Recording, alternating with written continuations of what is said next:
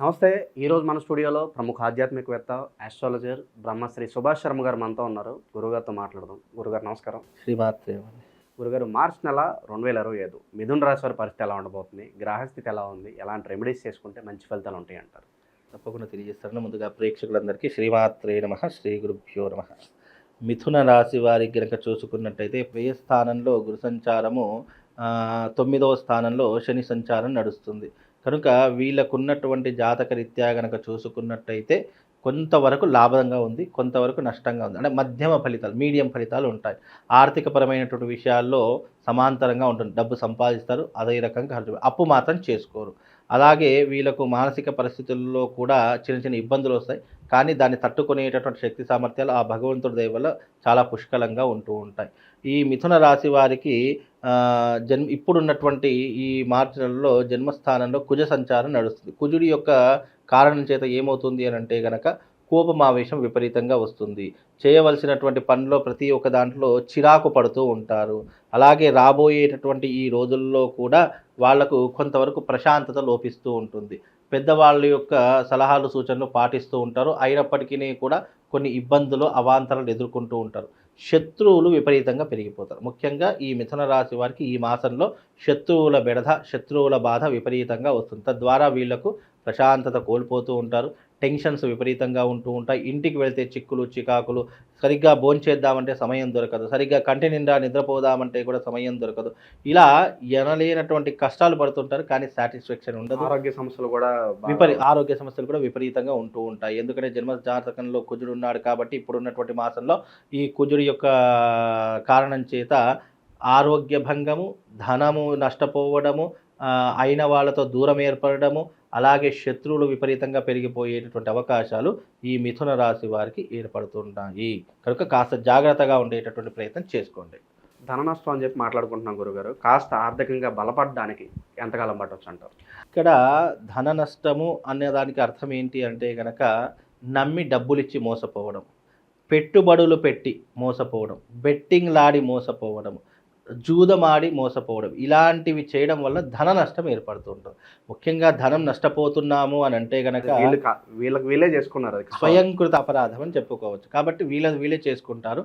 కానీ అందులో కాస్త జాగ్రత్తగా ఉండే ప్రయత్నం చేయాలి. ఇప్పుడు ఉన్నటువంటి పరిస్థితుల్లో ఒక్క నెల ఓపిక పడితే రాబోయే సంవత్సరం అంతా కూడా చాలా గుడ్ న్యూస్ వింటారు. ఈ ఒక నెల, మార్చి నెల కాస్త ఓపికగా ఉండే ప్రయత్నం చేయండి. అనవసరంగా తొందరపడి నిర్ణయాలు తీసుకోకండి. వీలైనంత కోపం ఆవేశం తగ్గించుకునే ప్రయత్నం చేయండి. తల్లిదండ్రుల మీద దురుసుతనంతో ఎక్కువగా ప్రవర్తించకండి. తద్వారా మీరు నష్టపోయే అవకాశం ఉంటుంది.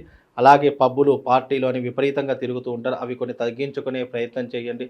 జూదము, మద్యం లాంటివి తగ్గించుకునే ప్రయత్నం చేయండి. తద్వారా వీళ్ళకు కొంతవరకు మెరుగైనటువంటి ఫలితాలు ఏర్పడతాయండి. పెట్టుబడుల విషయాల్లో కూడా గురుగారు, ఎవరో ఏదో వచ్చి పలానా చేద్దాము, ఇన్వెస్ట్ చేద్దాము, పార్ట్నర్షిప్ అని చెప్పి మాట్లాడే అవకాశాలు కనిపిస్తున్నాయి అంటారా? అయితే ఇక్కడ ఈ యొక్క మిథున రాశి వారు ఏంటంటే పెట్టుబడులు అనేటటువంటివి చాలా తక్కువగా పెడుతూ ఉంటారు. ముఖ్యంగా వీళ్ళు ఎవరిని నమ్మరు. ఫస్ట్ ఆఫ్ ఆల్, ఒకవేళ నమ్మారు అని అంటే కనుక తప్పకుండా మోసపోయేటటువంటి అవకాశాలు ఎక్కువగా ఉంటాయి. కనుక వీలైనంత వరకు కొంచెం జాగ్రత్తగా ఉండే ప్రయత్నం. పెట్టుబడులు ఈ మాసంలో పెట్టకండి. మిథున రాశి వారు ఎప్పుడు పెట్టుబడులు పెడతారు అంటే మే కానీ జూన్లో కానీ పెట్టుబడులు పెట్టండి. ఈ మాసంలో పెట్టిన పెట్టుబడులు మీకు జీవితంలో తిరిగి రావు. అవి బూడిదలో పోసిన పన్నీరు అవుతుంది. కనుక కాస్త ఆలోచన చేసుకొని వ్యవహరించేటటువంటి ప్రయత్నం చేసుకోండి. ఇక విద్యార్థుల పరిస్థితి గురుగారు, విదేశాలకు ఎవరైతే వెళ్ళాలనుకుంటున్నారో మంచి రిజల్ట్స్ ఉండబోతున్నాయి? విద్యార్థులకు ఈ మాసంలో కొంతవరకు మెరుగైనటువంటి ఫలితాలని చెప్పుకోవచ్చు. అంత చెప్పుకోదగ్గటువంటి నెగిటివ్ ఇంపాక్ట్స్ అయితే ఏం లేవు. ఉద్యోగస్తులకు ఇంకొక నెల వెయిట్ చేయాల్సి ఉంటుంది. కొంతవరకు ఇప్పుడు ఎంత ప్రయత్నం చేసినా ఉద్యోగ అవకాశాలు దొరకకపోవడం, లేదా ఉన్న ఉద్యోగాలే ఊడిపోవడము, ప్రమోషన్స్ నిలిచిపోవడం, ఇలాంటివి జరుగుతూ ఉంటాయి. కనుక కాస్త జాగ్రత్తగా ఉండే ప్రయత్నం చేసుకోండి. ఈ రియల్ ఎస్టేట్లోను, స్టాక్ మార్కెట్లోను పెట్టుబడులు పెట్టుకోవచ్చు అంటారు?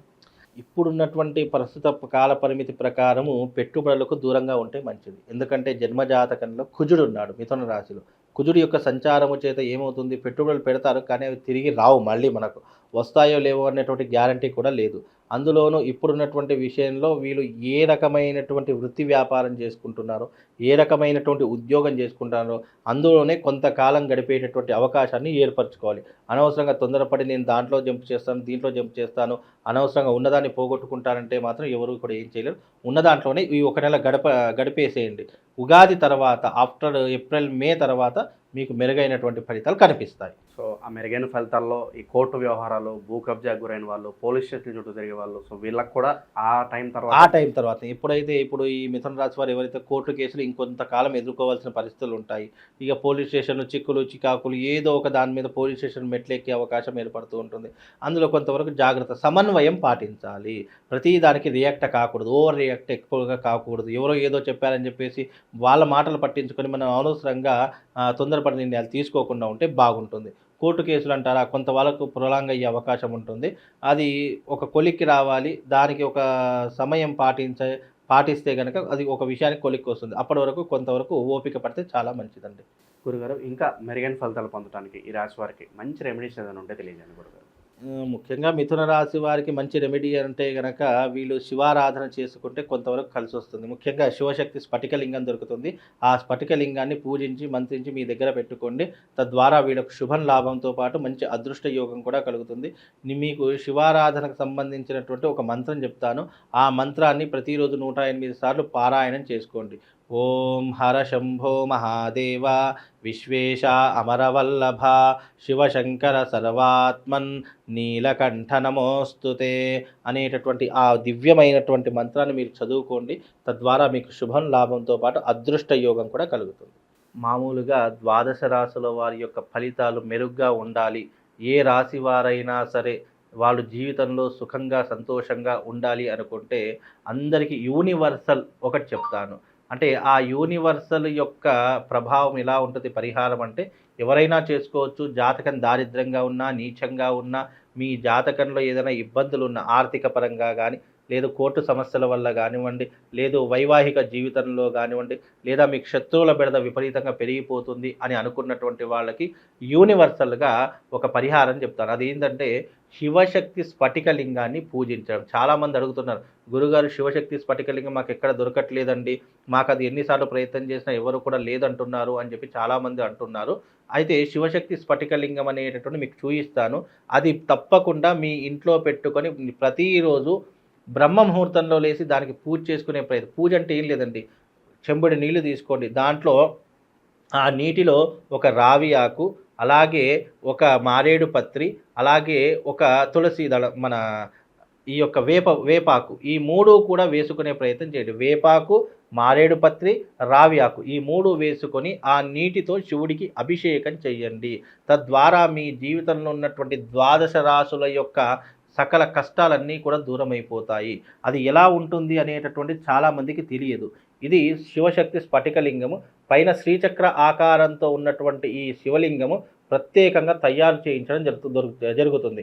కనుక మీకు ఎవరికైనా జాతకంలో ఇబ్బందులున్నా, గ్రహస్థితి బాగా లేకపోయినా, గురువుగారు మా జీవితంలో చాలా ఇబ్బందులు ఉన్నాయి, ఆర్థిక పరంగా ఇబ్బందులు పడుతున్నాము అని అనుకున్న ప్రతి ఒక్కరు కూడా ఈ శివలింగాన్ని పూజించండి. కేవలం ద్వాదశ రాశుల వారే కాదు, ఎవరైనా సరే ఈ శివశక్తి లింగాన్ని కనుక పూజిస్తే మీ జీవితంలో ఉన్నటువంటి అరిష్టాలు దూరం అవుతాయి, మీ ఇంట్లో ఉన్నటువంటి నెగిటివ్ ఎనర్జీ దూరం అయిపోతుంది. కనుక ఈ శివశక్తి లింగాన్ని పూజించండి. మీ